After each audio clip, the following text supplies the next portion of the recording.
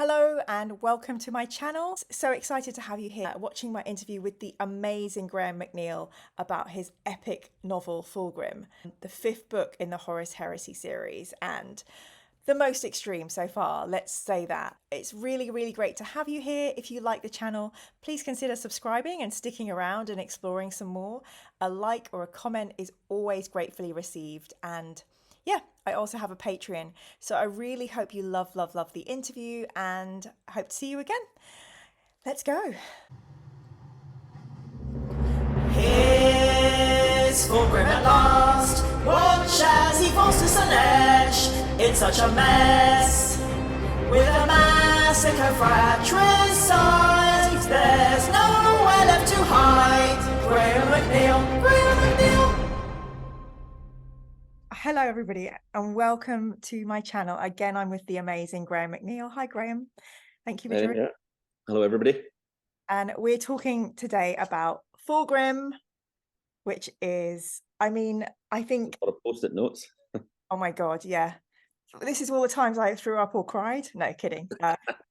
I've had a lot of response. Almost...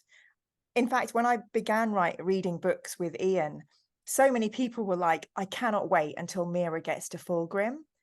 There's been almost hysteria about Fulgrim as a novel. And I wondered, in your day-to-day life as an author, do you get a lot of people coming up just to talk about this book, Fulgrim? It's certainly, of the Horus Heresy ones I've written, it's the one I think that generated, I think, the most visceral responses, given some of the places it goes to in the course of the novel. And just today I saw a tweet from somebody who had a tattoo of ancient Rylanor on their body based on how he appears in one of the stories that I wrote. So yeah, it's one that crops up a lot. It does rear its ugly head quite often. Well, beautiful head at first, and then it becomes ugly. Sensual yet repellent at the same time. Yes, I also got in a little bit of trouble for not reading the ancient Rylanor short stories before talking to you, but I do think I can. That's a ways in the future. I would hang off that one yet anyway. Yeah, and that means I get to talk to you again. So again, there's always. Sorry. Yeah, we have lots of heresy stops along the way, so I'm sure this won't be the last time we speak. Yeah, we'll get there. We'll get there. So I thought, all my notes literally look as though I've been infested by Slaanesh. When I was trying to write questions, they haven't come in a chronological order. So I thought we could ease our ways in by talking about the Xenos that we meet in this novel. As you know, I love when we see alien races, and you got to do so many in this. So we first start with the Lair, who live on this beautiful island, full of a bit like, Hawaii, atolls and islands and underwater caves. And yeah, it can't be a beautiful, lovely thing. They all have to be into genetic modifications, and they are worshippers of Slaanesh. So is this another alien from your mind, or did you have a steer on this? And did you know that was where Slaanesh is going to be present right from the beginning and come in? Yeah, that they were always intended to be the sort of almost like the gateway drug for Slaanesh to the Legion at this point. Because that's, like we said just a second earlier, Slaanesh is at first alluring and beguiling, and you want to have it, and you want to be near this flame that is so incredibly beautiful. But like any flame, you can be a certain distance away from it, you get too close to it and you will get burned. But it's always that, the idea that evil doesn't come at you with fangs and horns and burning red eyes, because if it did, everyone would be like, nope, not for me. It comes at you in ways that you think either you can master it, or you'll just touch a little bit of it and that'll be fine, and then I'll promise I'll give up afterwards, and so on. It comes at you in ways that where you've got a blind spot, where you can't see it or recognize it truly for what it is. So when the Emperor's children go down to the Lair atolls, it is at first, the beauty of the place is remarked upon by several of them, because the Emperor's children are artistic souls as well as warriors and so on. But they don't see until it's already far, far too late, just what corruption lies behind it all. That the Slaaneshi influence on the layer culture probably hasn't developed hugely far. Otherwise, they would have seen all the terrible things that it does. So it's a calculated way to sort of lure them in. It's the honey trap for them. You got them in the Halcyon days of all the drugs are good, no one is dependent, and exactly. I'll just shoot up once and it'll be fine. I'll be okay. Yeah. That's not how it works. No. I really loved how clever the opening was, because immediately you're in the storytelling, and I realized at the end. So you got this very first kind of encounter in, and you had to tie in. So Slaanesh is there from the beginning, and then the corrupting influence, and then how the rememberancers are all going to get infected, and how you're saving some people by not letting them go down there. So all of this was so cleverly thought out, and just like those drugs, you don't realize you're getting sucked in. So I thought that was a really that was a very deliberate thing of because in the original trilogy, it's the Astartes who get taken first, and the Rememberancers are the ones who pay the price for it terribly.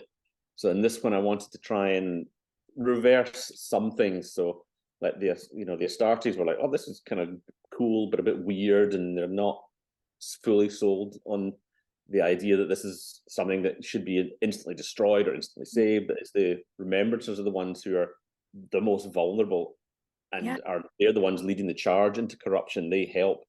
They act as like a what's the word? The accelerant of Slaanesh into the veins of the Legion. Oh my God. I thought that was so clever. Basically there's a pop star. Becca is like a pop star, and already is magnetizing and huge. So maybe maybe as big as Kylie. I don't know. I'm just thinking because Kylie has damn at the moment. And then that person becomes corrupt, and it's I thought it was so clever. Sorry, this is what it's going to be so hard to discuss with you, because I'm going to be all over the place, but that's your fault. That fits the kind of notion of the excess in all areas.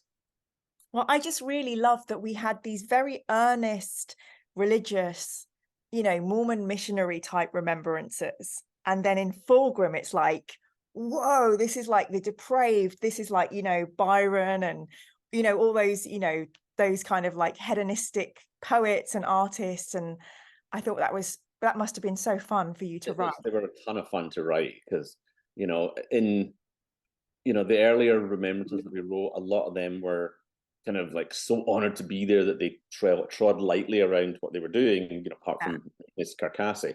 But these ones were these were the wilder, the more, like I say, they were the Byrons, the Shelleys, the Oscar Wilde types within the legions, the ones who allowed their passions more than their analytical minds to drive their art. Yeah, I love that. And because we've spoken before, whenever I'm reading your work now, I'm looking out for classic literature references. So I'm sure I've missed a ton, but I felt like the way of the art that was going on and the expression, it really felt like there was that full texture of art. And I was sure you've pulled on influences that I've missed. So visually it was a lot of William Blake, that kind of stuff. I mean, I think there's even a quote from him in there about the Red Dragon. Yeah, and there's a book. They're reading a book by Cornelius Blake. Yes. Yes, yeah. I think someone in my book club said that, and I was like, yes, we've got one for Graham. Yeah. So that was great. And I have got a question about Becca a bit later. Okay.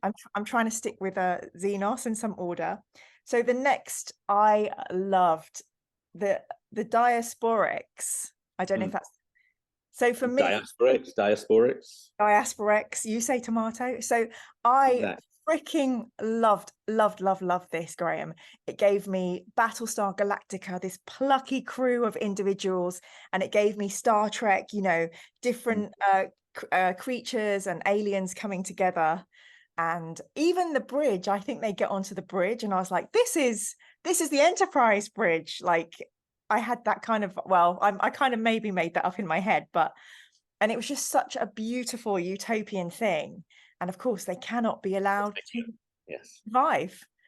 So, Well, you know, that's the thing, you know, like the early, even the early especially, and even in the later stages of the expedition and the Great Crusade, the idea of the human and the alien coexisting was anathema to the Imperium. It's just like, no.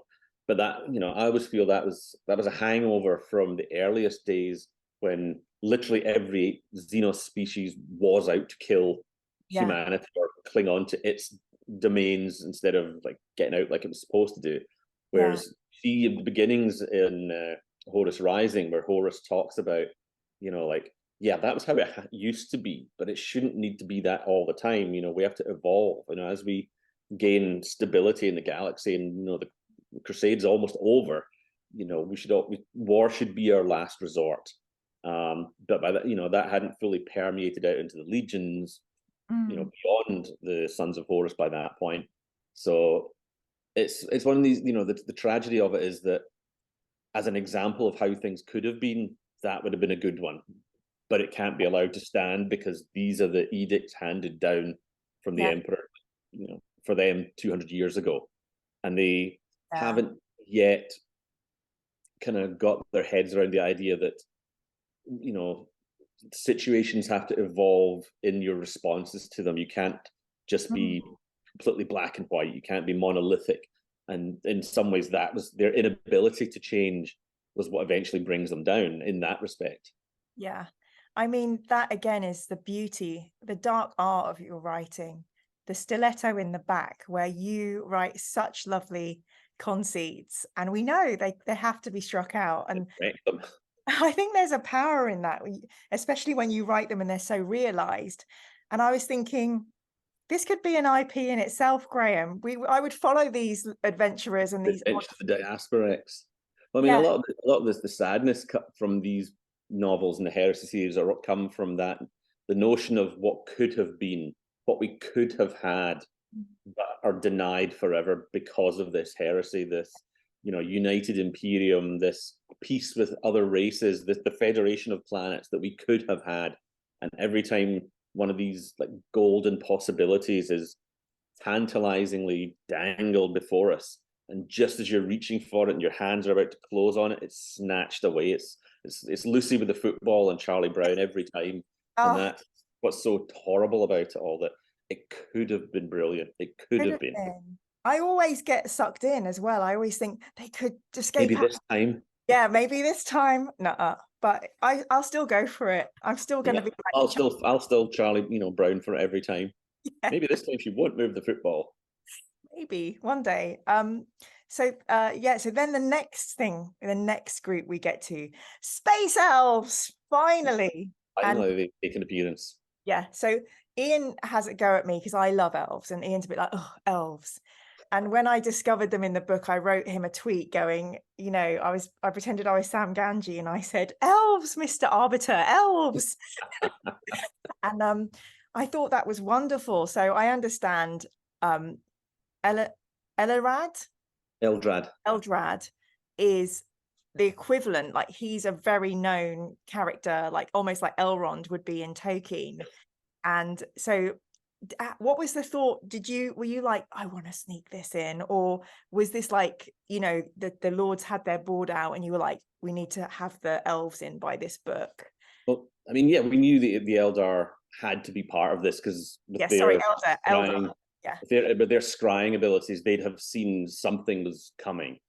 Yeah. And the fact that Eldrad intervened was part of the lore already, that he'd tried to warn Fulgrim about this. There's this thing called chaos, and it's going to be a bit naughty.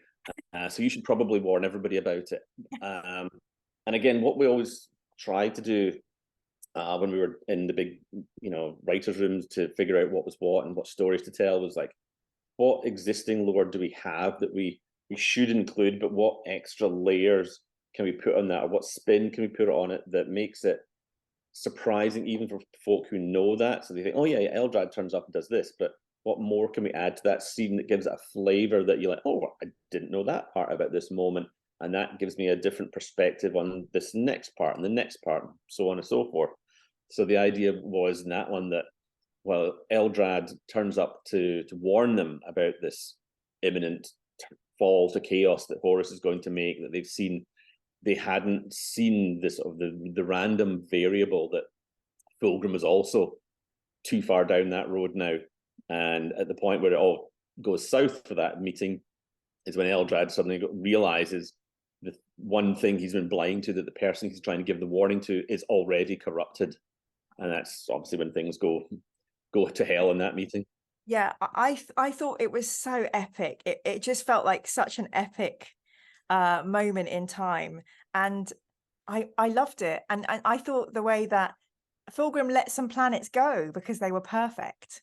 Mm-hmm. So he, you know, it's like, do we not strafe and destroy these? Oh no, we'll leave them. Then even that was giving me a bit of hope. Like, oh, he's leaving.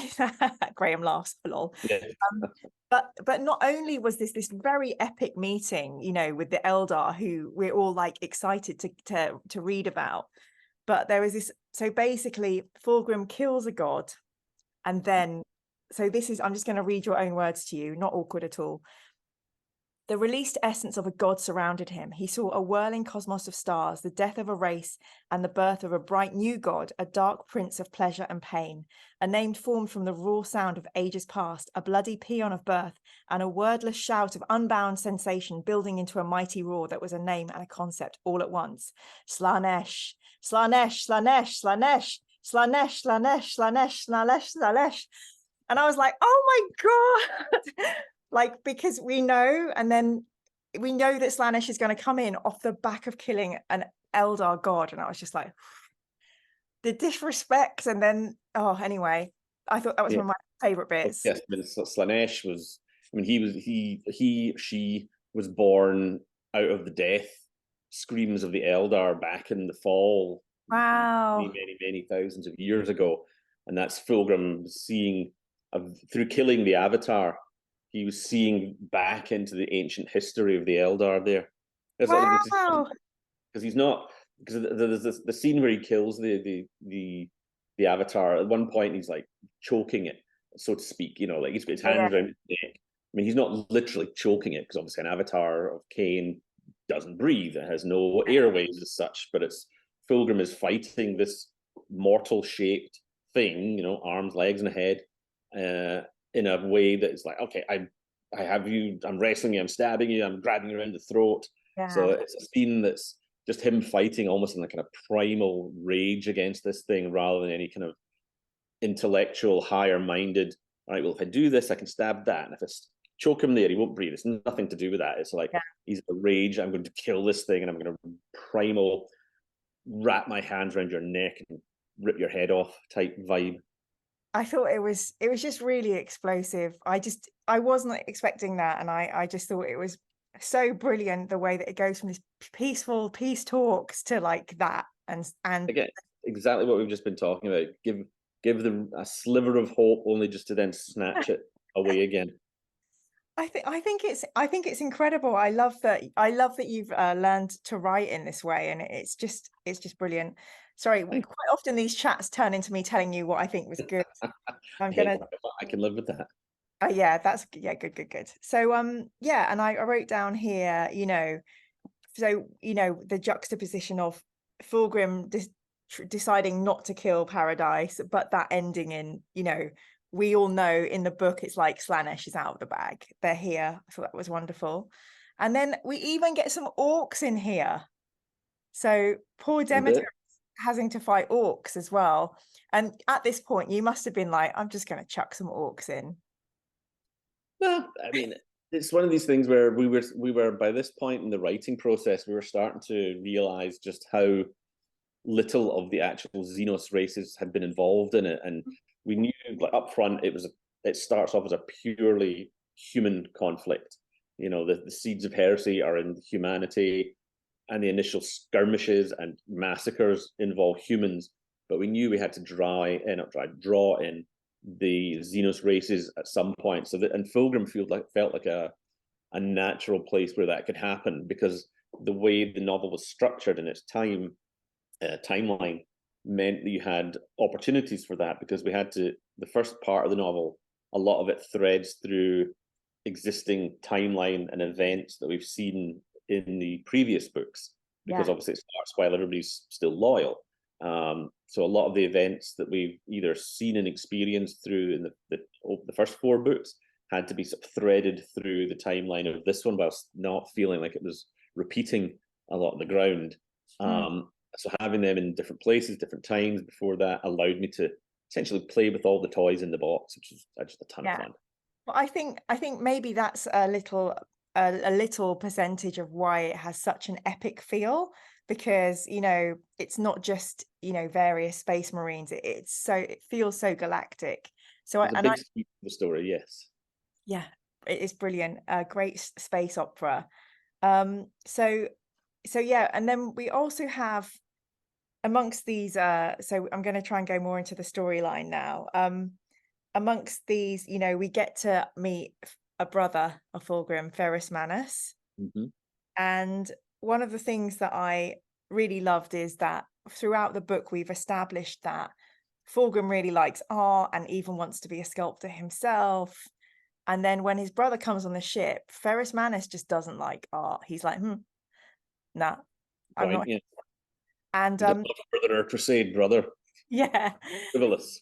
We've got fighting to do, and I just felt like that was I felt that was quite astutely observed. As someone with a sibling, I was like, I know that feeling when they're just like.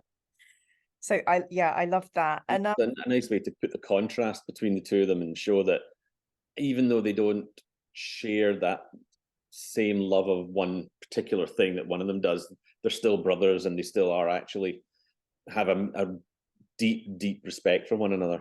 Yeah. I love that one of the sections is even called the Gorgon and the Phoenix. I was like, they are different, but they are brothers. So I guess moving into Fulgrim and the fall of Fulgrim, I guess. So what was your relationship to Fulgrim before you knew you had to write about him? Like, did you have any thoughts on the character? Like, did you get to pick this, or were they like, can you speak a little bit about that? That's one I can, a lot of times we're in the room and we think, well, what stories are coming up? What do you have an attachment to? What are you drawn to? And who's got the availability to do it, sort of thing. But that one in particular, I vividly remember the very, very, very first meeting we had about the Horus Heresy in the High Lords of Terra, which is like the boardroom at GW in Nottingham. And there was a ton of us around the table, and Alan Merritt, who was at the time, I don't remember his exact title, but he was like head of IP essentially, and making sure everybody stuck to what GW's IP and canonicity, so to speak, was. And he was giving us a sort of crash course in the Horus Heresy with all the deep personal nuggets from somebody who had worked alongside like Rick Priestley, and how all the old school designers and writers who'd crafted some of these earliest nuggets. So there was a lot of stuff in there even like we didn't know about, the why of things and so on. And as he was going into tell us about, then there's the Ferrus and Fulgrim storyline, this angle, and there was bits in there that, I didn't know that, I didn't know. And I was sitting next to Jim Swallow at the time, and as Alan was talking about this, I wrote in my notepad in gigantic letters, I must write this, and then circled it and pushed it over to Jim, and he gave me one of those Jim sort of side looks and goes, but yeah, I knew from I had no idea whether I would get to do it, but at the time in that first meeting, I absolutely knew that I wanted to tell that story of Ferrus and Fulgrim's inevitable conclusion at Istvaan. So yeah, that was that was in the bank for a long time. I didn't know whether I'd get to, but I really, really wanted to tell that story because that felt really powerfully emotional and one that could break hearts. So that's an immediate, red rag to a bull for me in terms of, I want that one. Who's this? Graham McNeill, breaking hearts. Breaker of hearts. I did feel like, I don't think you're like Fulgrim, but I felt an affinity. Like as you were reading through Fulgrim, you heard so much of his internal dialogue even before there was a demon in there, like backing up his head. And I really felt like, you know, it makes sense that you were like, I want this one massive circle.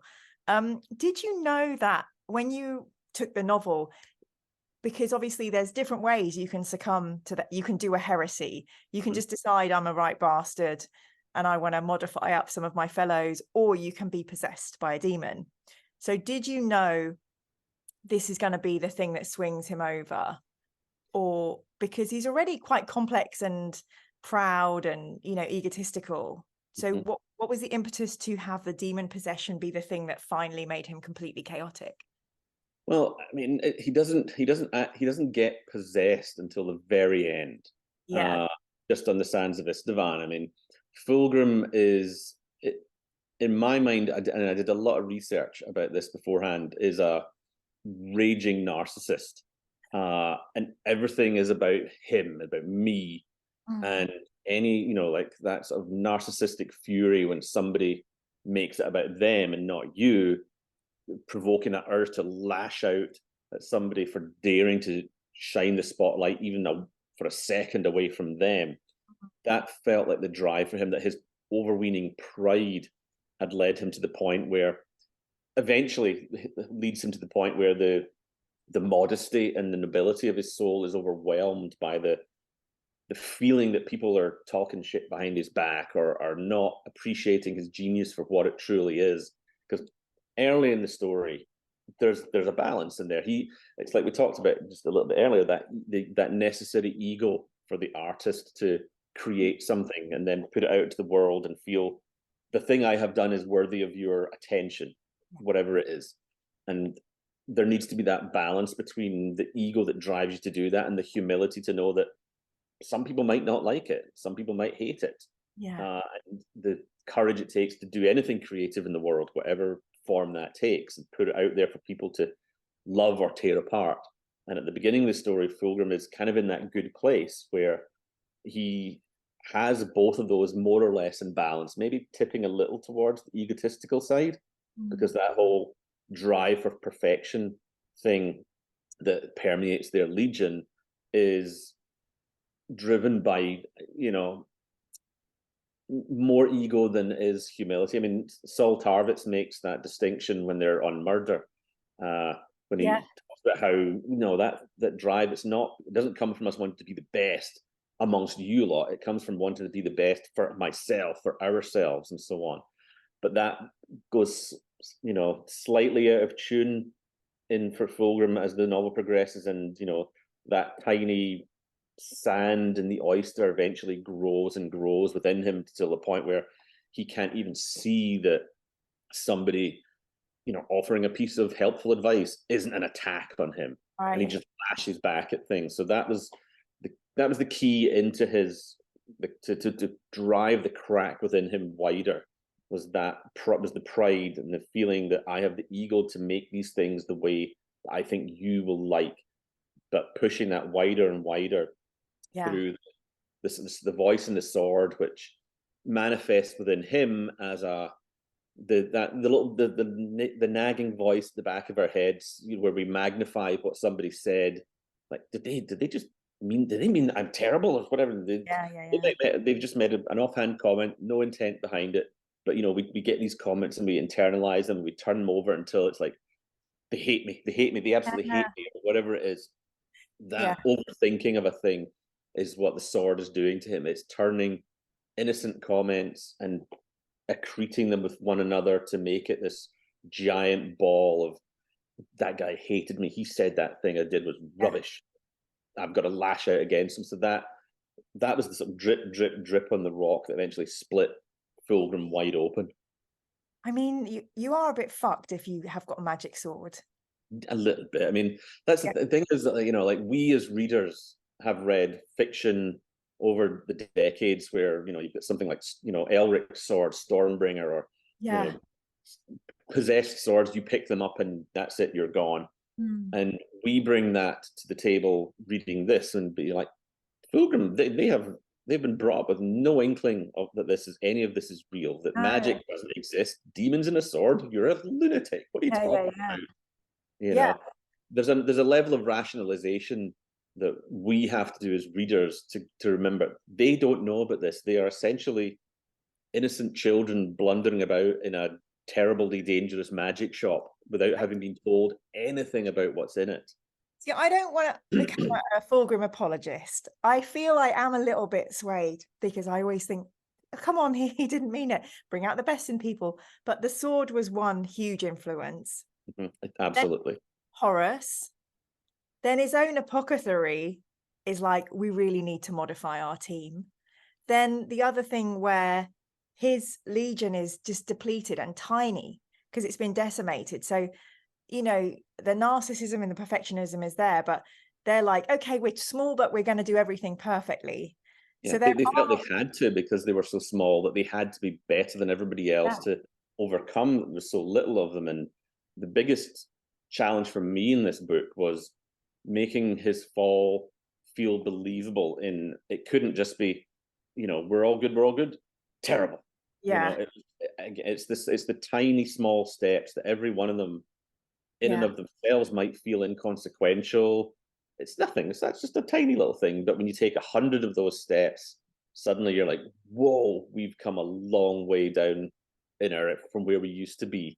Yeah. And every step had to feel in its moment. Yeah, of course. Why would we not modify our soldiers to make them even better, faster, stronger, more perfect than they can ever be? Sounds great. Do it. Yeah. All the things that people are telling him is like, yeah, I mean, sure, why would I not do this thing? It will make us more powerful. I will fight alongside, you know, my most powerful brother. Of course, why would I not do that? So every decision, small and not meaningless, but small and as inconsequential as it might feel in the moment, has huge ripples taken together. Yeah. I mean, again, I love the way that odds were stacked. This is a bit of a stupid question to ask, but do you think if, you know, this is so dumb, I'm sure I asked you this about another character in a different book, if Slaanesh hadn't got involved, you know, would he have still done all the things that he did, do you think? Is that it's not really a fair question. It's not stupid. You know, exploring the what ifs is the entire nature of this storytelling business. It's like, you know, every bit of the story you're trying to figure out, okay, what if he did that? What if she did here? What if they went there? What would that mean? And where I feel like each avenue to see, is this worth exploring, and so on. And I think the idea that I like to think that had it not been for the influence of Slaanesh, that Horus Fulgrim's better angels would have won out, because he was a good guy. He wanted to be the best. He knew he had a lot to prove. I like to think that he might have taken his legion down an overly proud path, but somebody would have schooled him and, you know, like, dude, you know, calm it down, put the ego in check, and he would have had the humility enough to realize, you know what, that is good advice. You know, I have to listen, adapt my behavior, and I will be better. Yeah. I'd like to think that he had the capacity in him to do that, were it not for, you know, Slaanesh putting his thumb in the scales. I'm so happy you said that, because I think the same. I definitely think that, you know, there, you know, it's not always the Space Marines' fault, you know, that things turned out this way. Oh, so thank you. Yeah, and again, what as you were saying, you know, that when the Rememberancers came on board, and it's like a culture shift in a way. Everything was just compounding and moving that way. So yay, thank you. Okay. Yeah, so just talking about Fabius the Apothecary.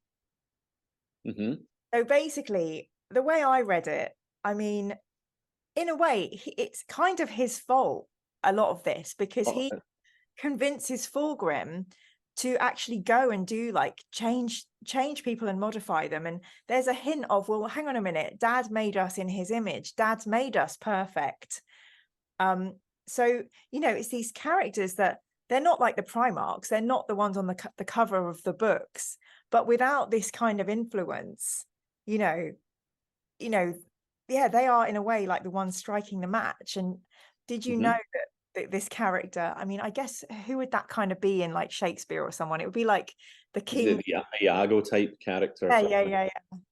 yeah, Yeah, I mean, again, Fabius has been in the lore for many, many years, yeah. along with his, tinkering abilities and wishes to do that from the earliest days. So again, it's taking a character who is in 40k irredeemably awful and evil and terrible, and Yeah. having them at the beginning of their arc as you're one of the good guys. And how do you, again, it's the small steps taking them to the next stage. And it's like it's the pebble that starts the landslide kind of Right. thing. It's all these small things which feel like they're nothing. Like this will make us better warriors. Cool. But actually, this the rewiring of the brain to have the pleasure centers wired up to your combat abilities and so on. That's the thing that again it's the throwing the gasoline in the fire Yeah. thing. It's accelerant. Every tiny thing is an accelerant that just speeds up the process and makes it more and more inevitable. So, but yeah, Fabius was always. I mean, he's such a cool character. I mean, Fabius Bio, as one of the apothecaries of the Legion, has an undue influence in the biology and physiology of the Legion. So having him be one of the architects of their eventual doom felt entirely appropriate. I thought I hated him so much. Ian and I have a bastard scale for how we rate people, and he is Oh, fucking off. he's high. Yeah, He's high. he's Him and high. Erebus rank high in the bastard scale, I'm certain. And I've only read one book, not without him. But that's really interesting because one of my patrons, Catherine Elysius, wrote, she said, could you ask Graham, does he feel constrained when he's got to write such well-known characters as the Apothecary, Lucius, Bile, and Fulgrim? I don't think you do, Graham. When I read you, I think you just go, woo. No, I mean, the good thing is that we know where they end up. We know where Lucius and Fabius and Fulgrim end up in their final quote unquote incarnations. So the fun is in figuring out who they were beforehand and what paths might they have taken to get to that, from 0 to 11 in the bastard scale, so that's the fun part. And because they can be different people if you need them to be at that point, because they completely are Yeah. different people from who we know them in 40k.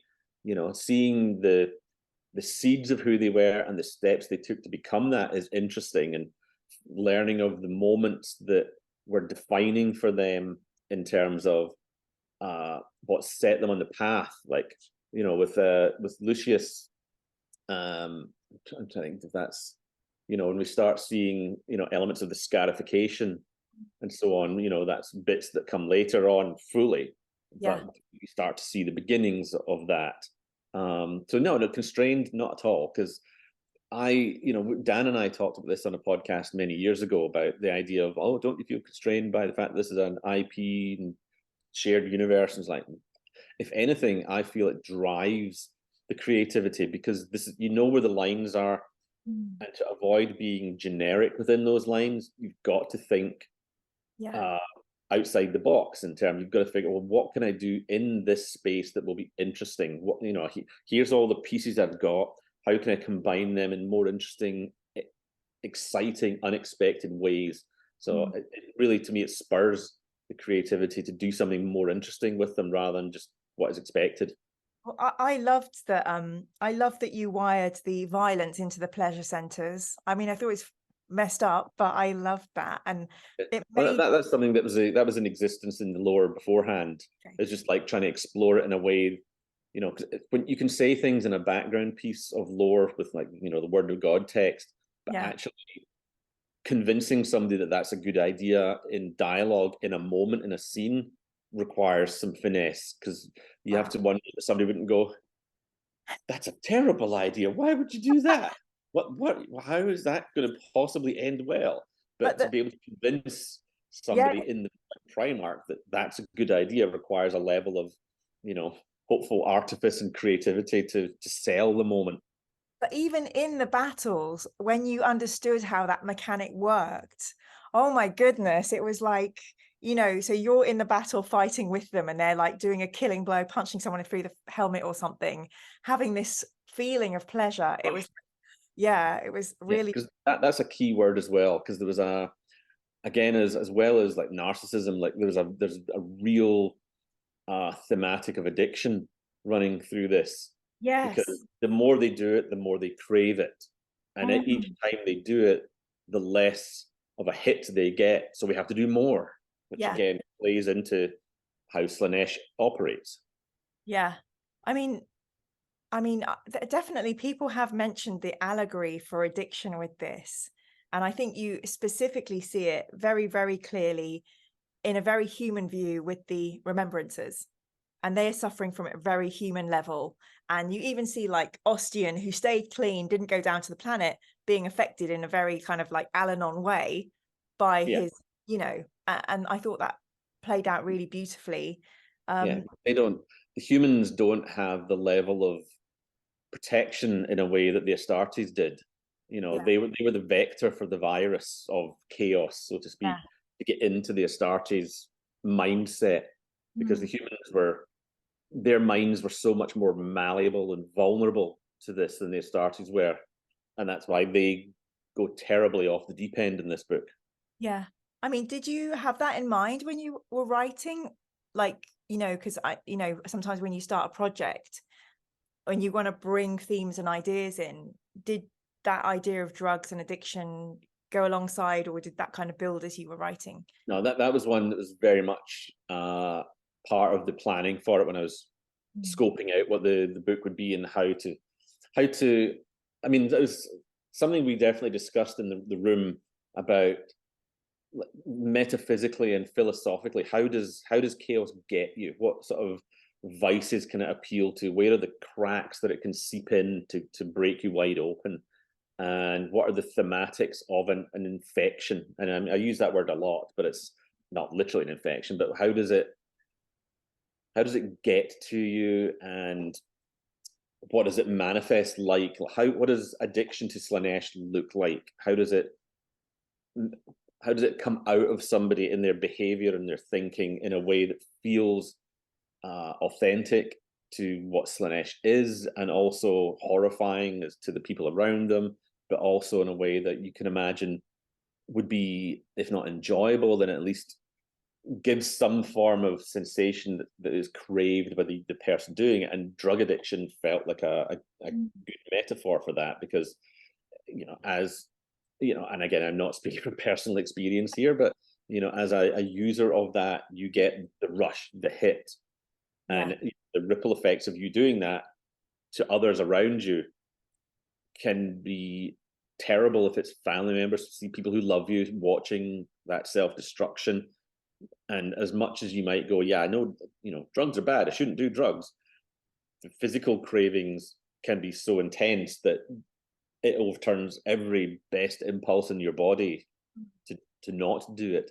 So that was a discussion that we certainly had about what this, you know, addiction to chaos or Slaanesh's influence on you might feel like, might do, what kind of a thematic would be a way to have that as a relatable vibe that a reader could understand the metaphor of it. I mean, it makes sense as you're talking about that inspiration, because, you know, a lot of the book does have that feel of, you know, showing my age here, you know, the 90s, when it was about like euphoria, ecstasy, easy good culture, train spotting, that kind of like, you know,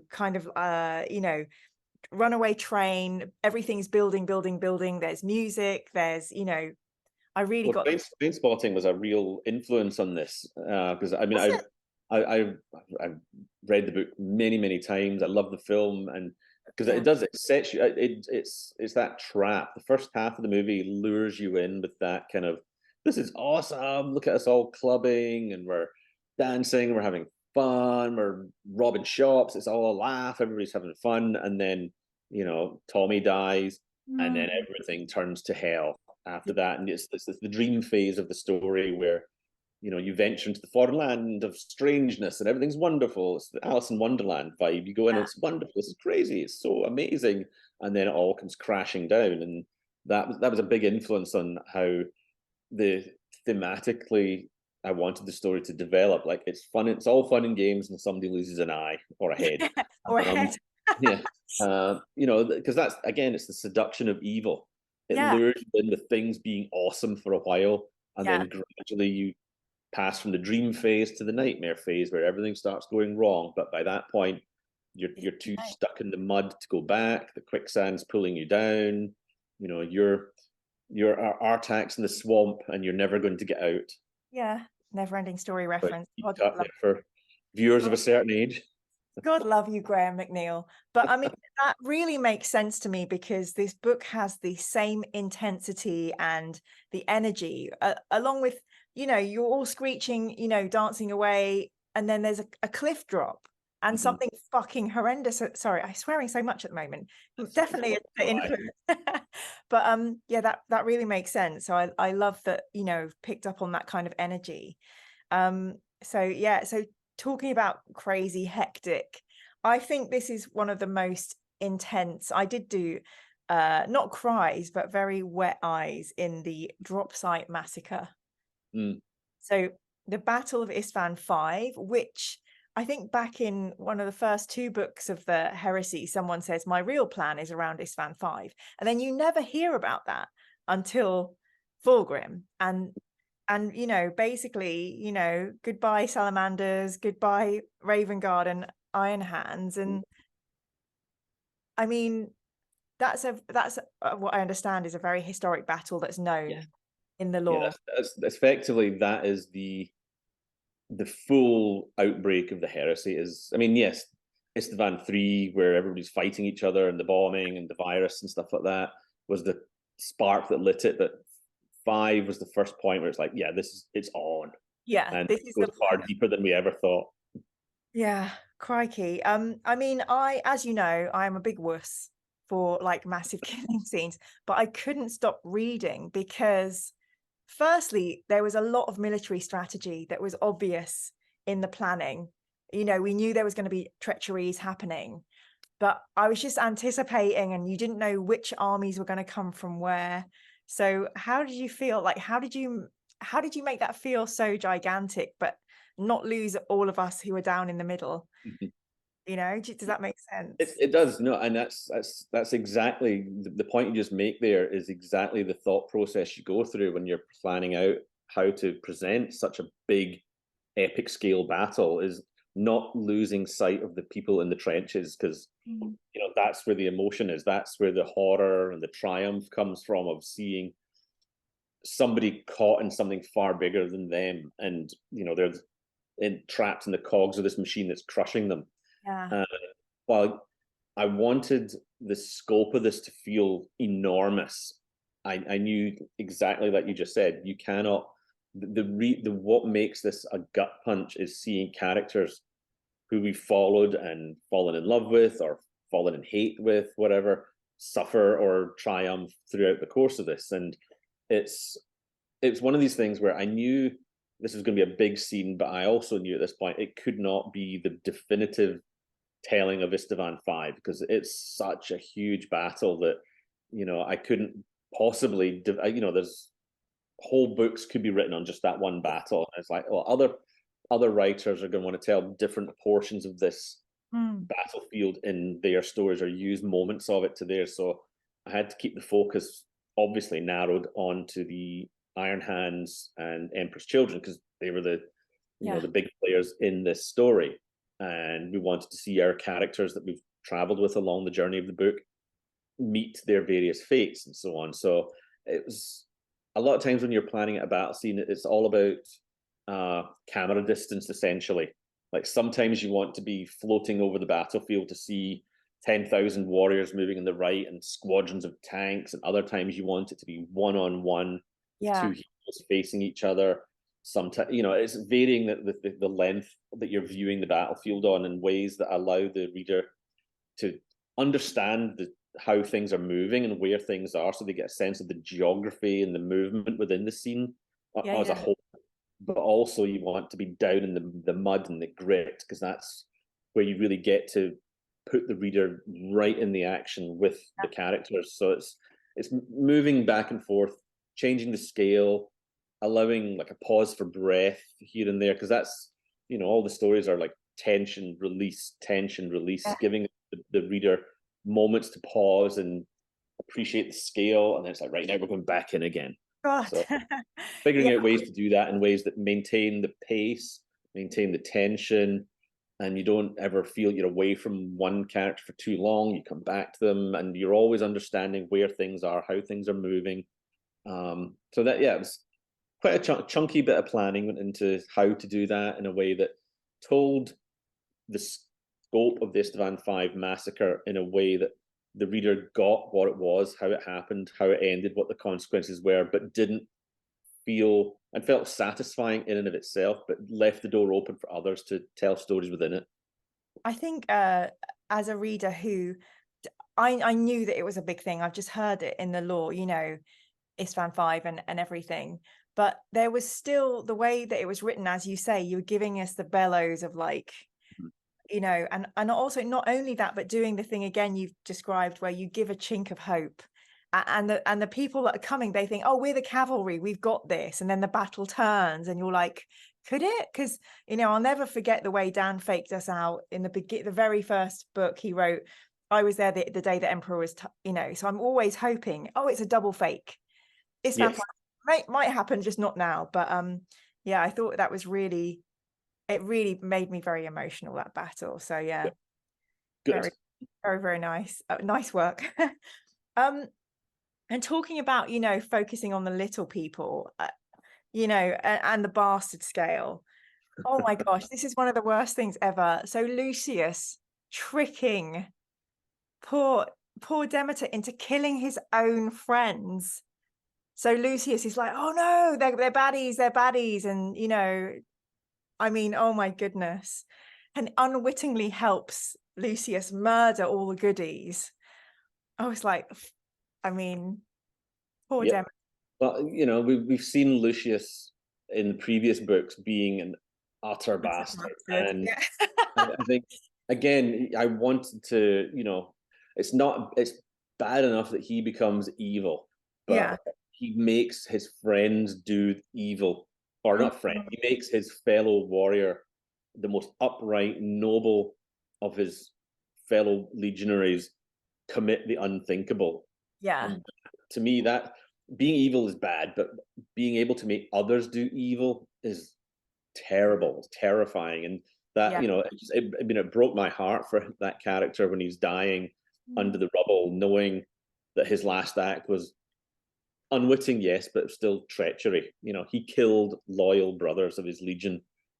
And yeah, I just want, you know, every opportunity I get where I can rip the heart out of someone, whether it's the reader or a character, I will take. Well, again, I mean, I did a small cry there, but that's okay. I think it's good. Thank God my books are all secondhand. You know what I mean? But I thought that was so clever, and I love the way that.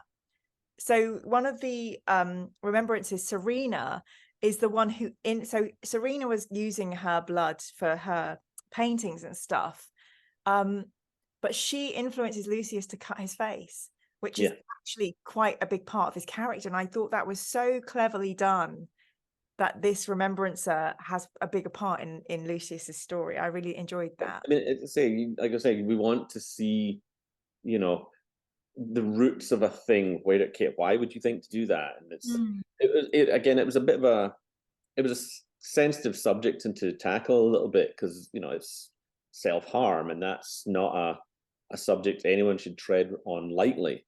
But the idea of why she was doing it, what it brought her, and how that might be something that Lucius could try given his enhanced physiology, because again, he's looking for that hit, you know, and he hates at that point being like the pretty boy, and that's what people see of him. And it's like, no, if that's the thing you see of me, then I'm going to rip that part away so that you don't see that anymore, that you'll see beyond that.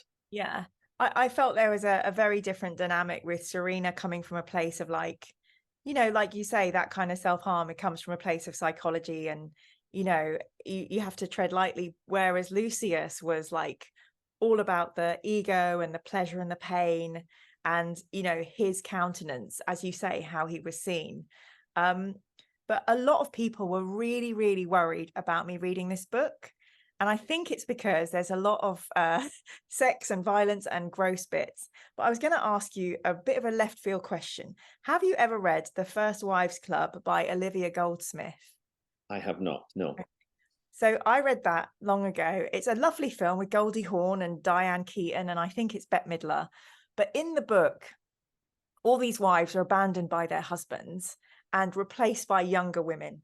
So the first wives try and get revenge on the husbands. And believe me, it's nothing like the Horus Heresy kind of treachery. Okay. But one of the very rich billionaires gets a girlfriend who is not really, I think she's experimenting with drugs and she's not really okay. And he thinks he's got this beautiful, you know, gorgeous artistic girlfriend. And it turns out she's been painting with poo. And, you know, so I felt like, you know, Olivia Goldsmith had done that work on your behalf in terms of showing. Primed the pump for me. Exactly. But I think actually, I don't think I was like grossed out or repulsed or repelled, because it was so compelling, the forces and the way it crept in. It was all part of this story where like there was such a build up. So I was kind of like, I was kind of enthralled more than grossed out. And I think at Slaanesh, you're attracted to it and not repulsed until it's too late. Yeah. Well, hopefully I'll pull myself out before I, you know, go full like, you know, dirty protest. But yeah, I mean, Serena was an interesting character to write because she went down the dark path very quickly. You know, she embraced it almost, and again, she fell hard in that way where you have to find ever more extreme ways to satisfy the craving within you, and that's why she eventually turns to murder, to find all kinds of other fluids and sources to fluids and sources use for her artwork. I thought that was epic. I mean, as well, because, you know, when you first meet her, you know, she's this beautiful, almost you think, oh, it's a love interest type or something. But, you know, she does go to those extremes. And then you give all these characters moments of clarity when they're like, you know, as you were saying, that gasp where they could see their way forward. And so what I really picked up, and this might be because I'm a romantic, so with Serena and Ostian, almost was like a Romeo and Juliet. Very much, yes. Thank you. Yeah, because she was kind of, her journey in some way was influenced by the character of Julia from Hellraiser, who goes down all sorts of terrible routes for, in her mind, for love, to bring back her lover and so on. But yeah, theirs was definitely a sort of tragic, slightly unrequited love story, that they both did care for each other. And when she eventually, you know, when he's killed by Fulgrim, and she has the moment of clarity, as you say, at the end, to see where this is all led, and knows that it can only end one way. So yeah, that was very much their final scene at the statue was very much inspired by, you know, Romeo and Juliet's final scene with the poison. Fucking beautiful. And not only that, the art of putting in, so you have this pop star, you know, almost it's gonna kill me now. I really need to get this reference in. So what you have is Becca wanting to be with Ostian refusing because of the love with Serena, and Becca going, okay, I'm not going to let you go to the planet, which inadvertently saved Ostian from the influence. For a time, yeah. But that really reminded me of the character. This is so annoying. I wish I'd written this down. It's the film with Michelle Pfeiffer, Meryl Streep, where it's not called Indecent Proposal or something. It's period piece, and there's two innocents. John Malkovich. Liaisons.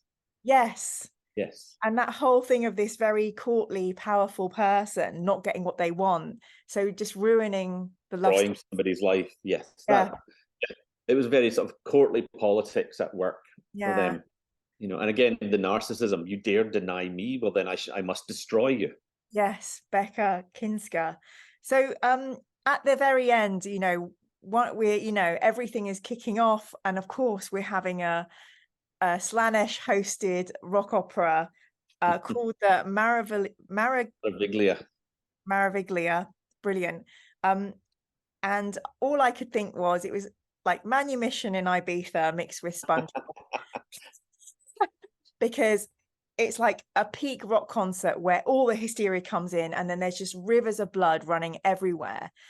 And again, you know, really drawing, you know, so we've got this really beautiful, gorgeous, you know, theatre space in Fulgrim ship compared with where the Rememberancers were all hanging out in Horus's ship.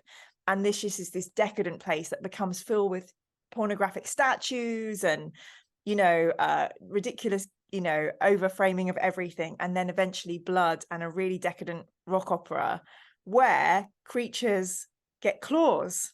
Mm-hmm. And I said to Ian, I really wasn't expecting that. And he went, yeah, you know, sex seems to equate crab claws in Warhammer.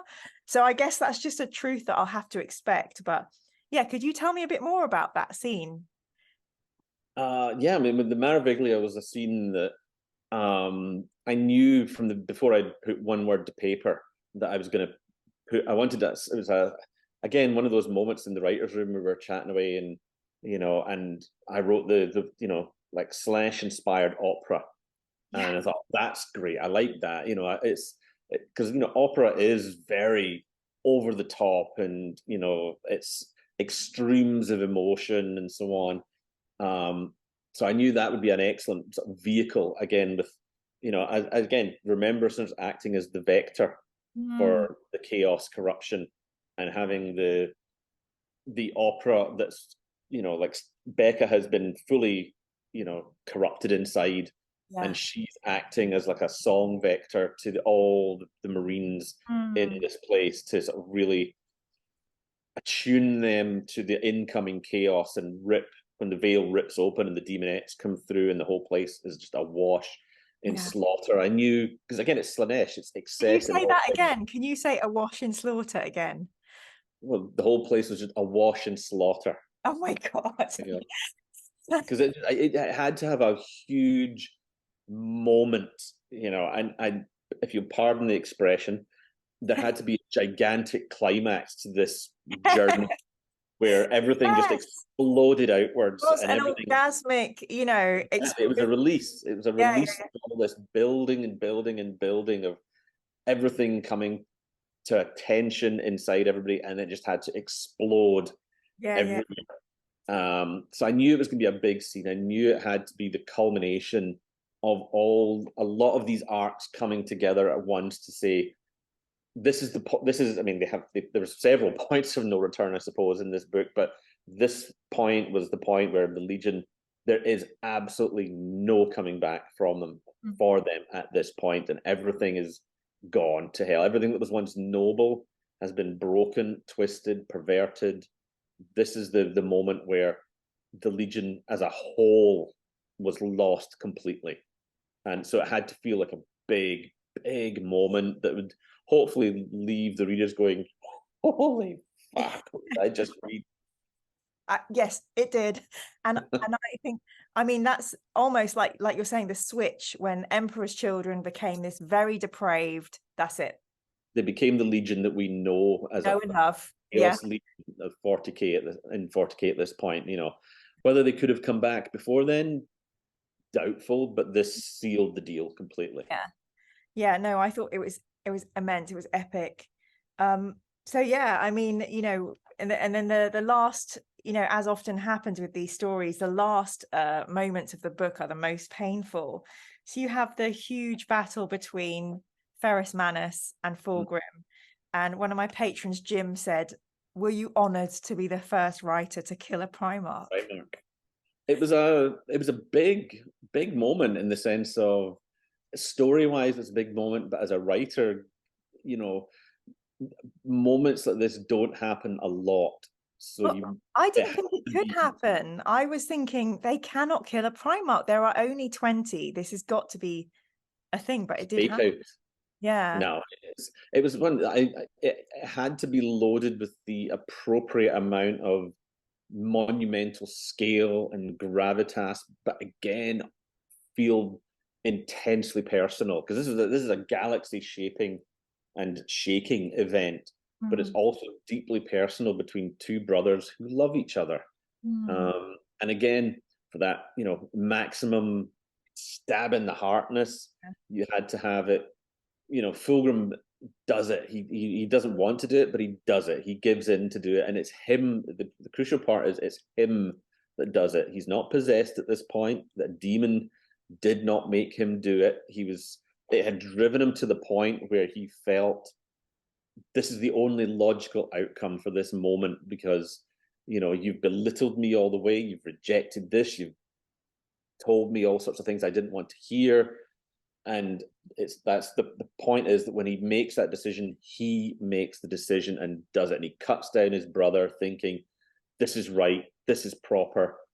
And again, the skill and artifice of chaos is to let him do the evil thing and then rip away the blinders, so that in not his last moments, but in those particular moments, he has that revelation of seeing the truth of all those moments in the past that he had taken as slights, as insults, as needles, as knives in the back, and sees them now for what they were. A brother, a friend, trying to reach him, trying to help him, trying to pull him back from ego, from the brink of insanity. Somebody who loved him, who's somebody who wanted the very best for him, because that's what you want for the people you love. Yeah. So at the moment of him seeing this is really what was going on, and oh my God, what have I done?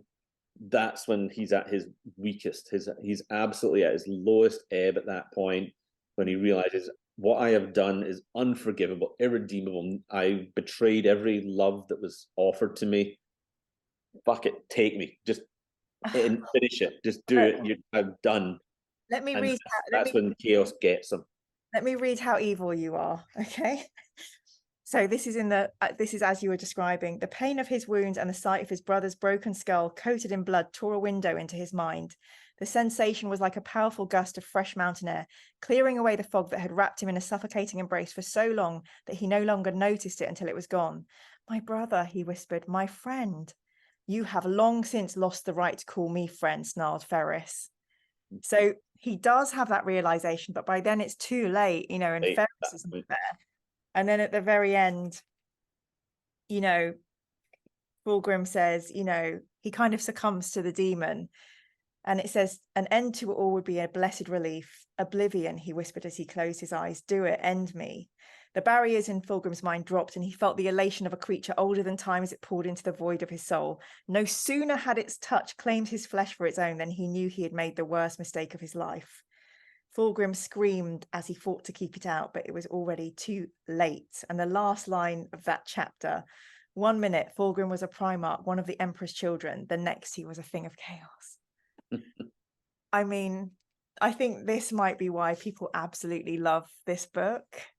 It's just it was a powerful moment. I was gifted with a scene which was already laden with oodles of drama. I just had to sort of tease it out into a scene and a moment and some dialogue.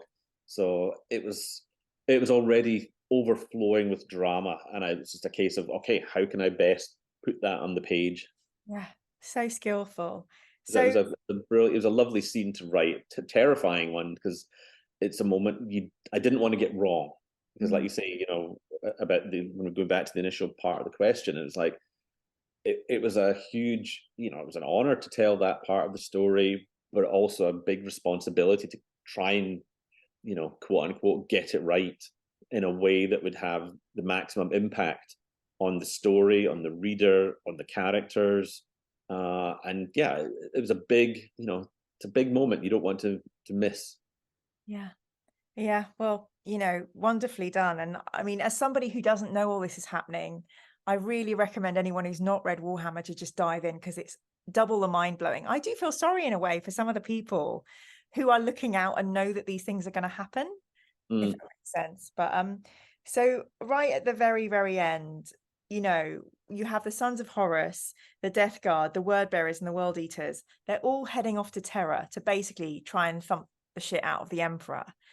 How does that make you feel? Because when you finally got there, you're not thinking, oh God, you know, I'm going to have to, are you like, thank God I finished? Or are you like, oh, I'd really love to write what happens when they get to Terra? Where are you at that point? It's a mix of both. I mean, the emotional journey of a writer writing a novel is a roller coaster, you know, of this is brilliant, I love it, oh my God, this is terrible, I can't do this, I should never write again, oh, maybe I can do this, no, it's too hard.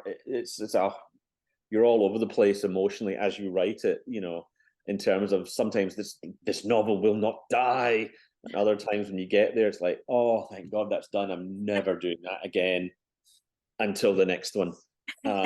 So yeah, I mean, it's a bittersweet moment when you finish a novel, oftentimes because you think, well, I'm done. I'm never going back to these characters. Their story is told. I mean, less so in this one because I knew we would return to some of them, but that story is now told, and it's a story that's occupied your brain for months upon months upon months. So being done with it is great. You know, like, oh my God, thank goodness that's done. I can't, and also coupled with I can't wait for people to read this. But like I say, you know, we knew we were going to be telling more of these stories. So I knew, even with the ending of Fulgrim, that, yeah, sure, I am going to tell stories of these characters and these other legions heading towards Terra. So there was, I think, more with this one, there was, you know, again, to borrow themes from the book, there was a catharsis of having done it, of having expelled all these terrible, vile, beautiful things onto the page. Yeah. So to not have to live with that from head to fingers to keyboard to page was a relief in many ways. Yeah. I think I'm trying to remember what book I wrote after that. I think it was one of the High Elf novels for Warhammer. So that was a chance to tell a story, as you know, yeah, war and blood as there was in that novel. It was a chance to go and tell of a place that was actually beautiful, a place of color and life and light and wonder. So you know, you want that palate cleanser almost of doing something beautiful after doing something terrible. Yeah. So it was a fun book to write. I really enjoyed writing Fulgrim, but I was glad to finish it. Yeah. And I was pleased with what came out. Yeah. And did you have a soundtrack for this book? For example, Becca and that opera, was it like in your head, was it like the kind of like, you know, Fifth Element kind of rock opera that they had in that movie? Or the blue-haired, the blue-skinned alien with stones in her body. Yes. I think, you know, yeah, by the time, I mean, I use a lot of movie soundtracks, so I think by the time when I was doing the Maraviglia, a lot of it was very extreme death metal. Yeah, that makes sense. Yeah, the cacophony, perfect. Yeah, lots of bands whose name you can't possibly read on an album cover. Lots of vocals you can't make out or couldn't tell the difference between them and a cement mixer full of bricks. So lots of really extreme music or extreme sounds and stuff like that. Yeah. Well, I'm very glad you got to go and head off with the elves after this. Yes. I think I've got a really beautiful question which might tie this all up, like give it as if we'd written stuff down and planned it a little bit. I did my best. So Waller asked, how does it feel having some characters from these first few books going to be coming back and making appearance in the final Heresy books 20 years later?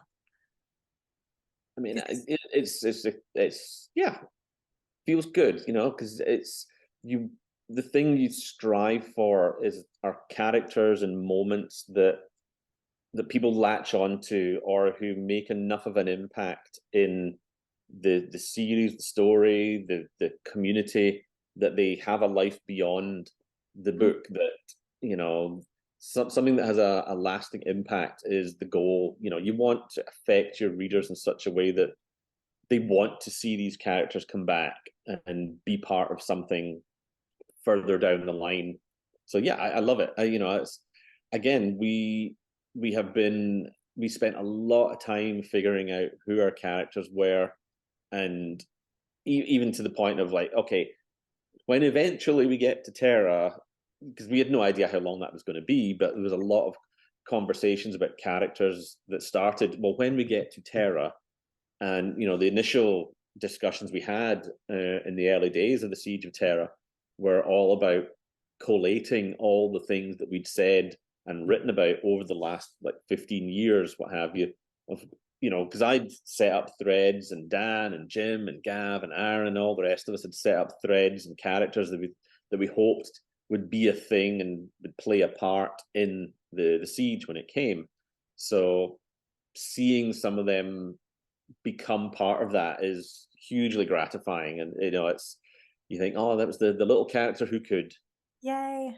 I know, I can't believe it's coming to an end.